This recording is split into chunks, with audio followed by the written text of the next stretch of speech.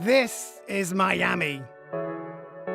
I'm here to explore what happens when emerging technologies like high-resolution screens, blockchain, and NFTs collide with the world of art. It's our finest installation.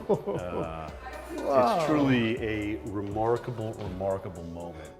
To see what happens when we rethink the world around what new technology makes possible. I'm guessing this is your work. Yeah, and it's a translation on an Afro-Cuban ritual.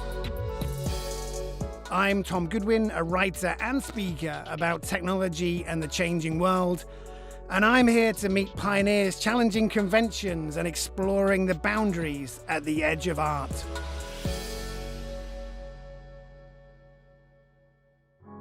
that you, Mark? Tom, welcome.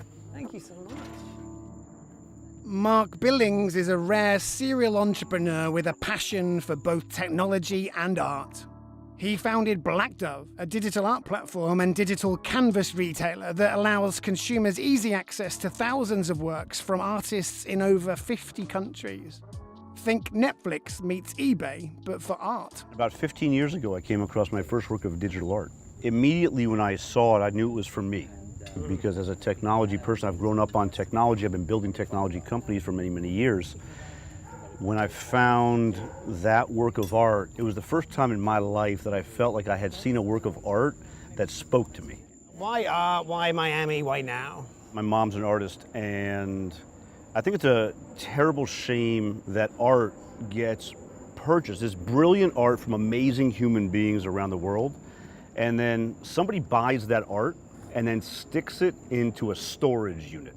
This art is the voice of some of the most interesting people in the world, and yet the world doesn't get to experience it, right? And for the first time in history, by using digital and focusing on digital art and these types of tools that we're building, art is in essence set free.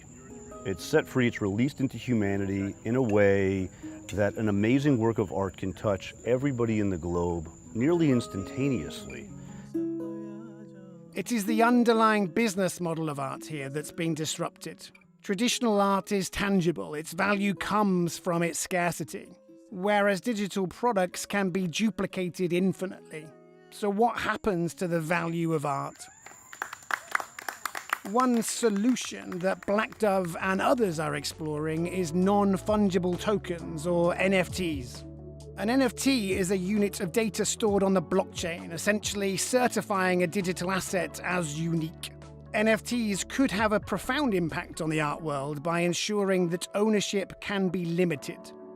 But when it comes to a product that can only be experienced through a screen, does it really matter if you have the original or an exact duplicate? Maybe it depends on the size of the screen. All right, come on, Tom, let me show you. Really, it's really our finest installation. It's truly a remarkable moment. So it's 16 feet tall, 9 feet wide. It's a modular system, and this is just above a 4K. This is a screen, which is hardware. There's the art, which is art, but also some kind of file. Then there's the platform itself, which you appear to have designed. So which bit do you do? We really approached this from an art gallery perspective. And we said, what would an art gallery look like if all of the art that it sold is strictly digital and moving image digital? The platform itself offers artists the ability to sell their work in limited editions. It then offers a licensing layer, which looks a lot more like pay-per-view movies. Okay. And then we also have a subscription version, and that works a lot for commercial clients. I mean, for so long, art was sort of static, like it was a thing. It was sort of rendered out or made or printed, and then it existed. And then now, art can just be a system of instructions to pull things from certain places.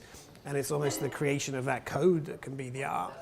And then that raises interesting questions about who become the artists. Is it the coders? Is it the photographers? It's definitely not me, I can promise you that. The artists are our stars, right? We are here to help their amazing creations get launched. And actually in a few minutes, we're gonna go visit the artist residency. It's gonna be an amazing trip. Sounds great, let's do it.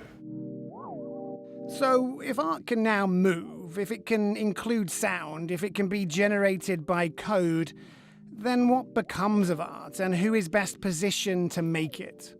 Filmmakers, photographers, coders? I'm guessing this is your work. Yeah, this is a documentation of a series of 8 performances by 8 different people. And what's the idea throughout it? I asked people to lash themselves with a horsetail and clay 29 times. And it's a translation on an Afro-Cuban ritual, but it's also meant to be seen as a cleanse and a subversion of the whip and the lash. What's the significance of 29? So that number is actually only known by the performers and the people who witnessed it in person. So, are you offering to do it? If you do, I can tell to be you. in on the secret? I mean, like pretty much yes. So how are you defining digital art? I use the term digital art because it's a broad range of things. Black Dove really focuses on video art, on moving art.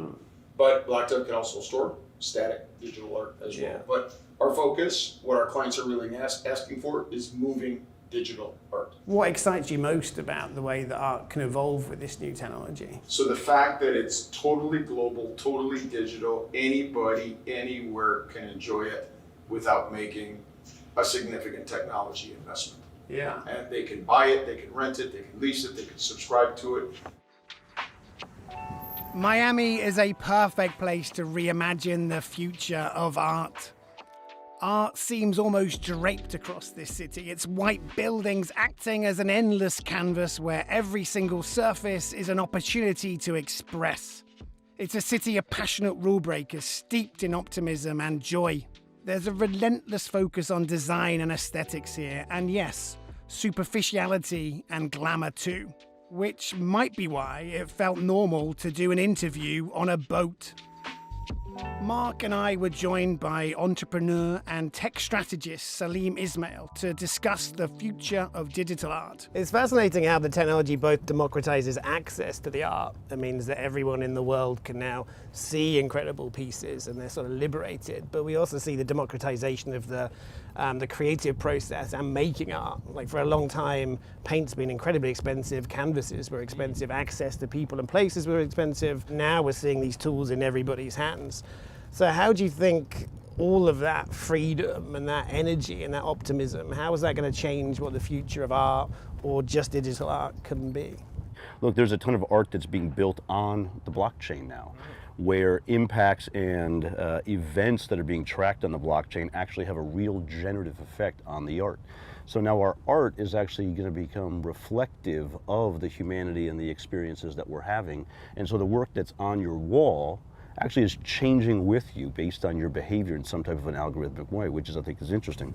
It would be fascinating to have algorithmic art based on my body sensors or whatever's going on in my Fitbit to be projected on the walls as a mood reflection, right? Okay, we need that person to be a little more awake in the morning. Let's throw up screens that show that a little bit more. Take that even one step further, which is literally every house in the world has a digital canvas waiting for the art right now. Televisions are off 95% of their life, and yet second most ubiquitous consumer product in the world next to mobile phones. And so we're going to take that 95% of unused asset, right, and we're going to turn that into a completely inverted model where we're sharing this stream of information to people that literally has an opportunity to connect them with the outside world. The granularity and the resolution that's now possible over the internet that wasn't possible 20 years ago allows us to experience things in full depth and full reality. And this is before we even get to virtual reality and augmented reality. Lord help us when artists get their hold of that. I think it challenges what art is. Humans, we recognize authenticity, right? When you're seeing the Mona Lisa, it's a big difference than seeing a picture of the Mona Lisa. You feel different when you're in front of an original painting. And yet in digital that doesn't exist, right? So everybody around the world can have an authentic experience around art. And it's the first time in history that that's possible because the digital medium is authentic. Due to its cost, some art, or in the case of the screen we saw, the ability to display it, will only be accessible to the most privileged. But digital art and platforms like Black Dove do lower the barrier to entry.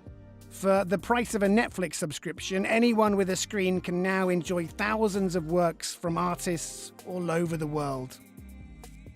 The opportunities at the intersection between art and technology are truly endless. A new canvas that can spread wonder around the world and allow anyone to create. It's here in Miami where the flamboyant attitude to life, the collisions between cultures, and a city fast becoming a tech hub uniquely come together to form new art. Technology is a powerful lever for change, not to take jobs, but to free us to be more imaginative, more creative, and above all else, more human.